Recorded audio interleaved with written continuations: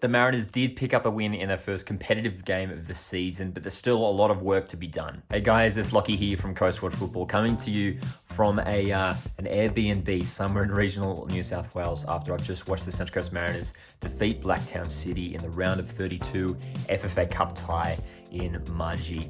And it was an interesting game. The weather certainly didn't help.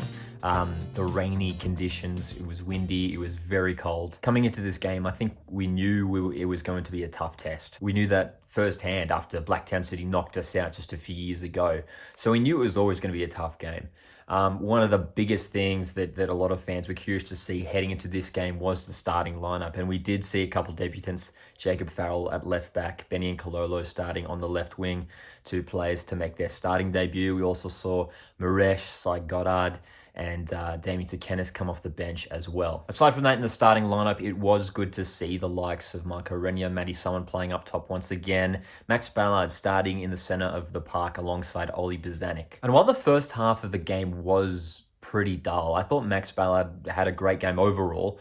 In that first half, he was one of the best players for me. You know, Max Ballard, he was linking up with his teammates really, really well, had some decent patches of possession where even he was shifting the ball to different areas of the park and having a decent influence on the game alongside Bozanic, who, of course, we know Bozanic is always such a consistent performer for the Mariners. There was certainly some shaky things, and I mean, that's to be expected considering that still we haven't played that many games against high quality opposition. So there was some wayward passes here and there, wayward crosses, some defensive lapses here and there. But again, like I said, that's to be expected considering it's still early on. I guess the slightly concerning thing is that we do have a round one just around the corner. But I guess a lot of other A-League teams are going to be in the same boat where they're sort of tightening things up, trying to get things ready for game one. Another thing that I really enjoyed watching was the combination of Benny Kololo and Jacob Farrell on that left-hand side. There was a couple of instances where they had, some 1-2s, Jacob Farrell making some overlapping runs on that left wing. The two of them were combining really dangerously. But ultimately, one of the stories of the game was just Blacktown City's defense. They did defend really, really well. They were playing with just basically a back five in defense and then another block of four in front of that. So really hard to find any space, hard to get the ball into our strikers. We had to wait to the second half to find some decent opportunities. And the goal finally did come in the 75th minute, Benny and Kololo. It was a nice little sort of, sequence of passes. Arenya was involved and it came through for Kololo, who, when he got his opportunity, finished off, and it was a fantastic goal. And as I mentioned earlier, we did see the likes of Maresh, Sai Goddard, and Damien Sakenis come onto the pitch.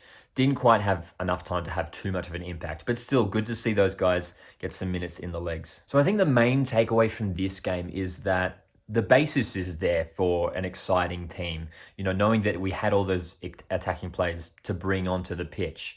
We were starting Arenya and Simon, and we know how well they performed last season.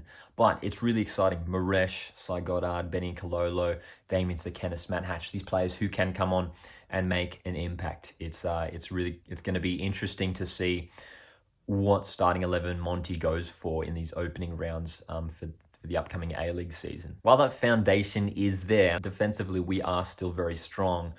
There are some things that just need tightened up.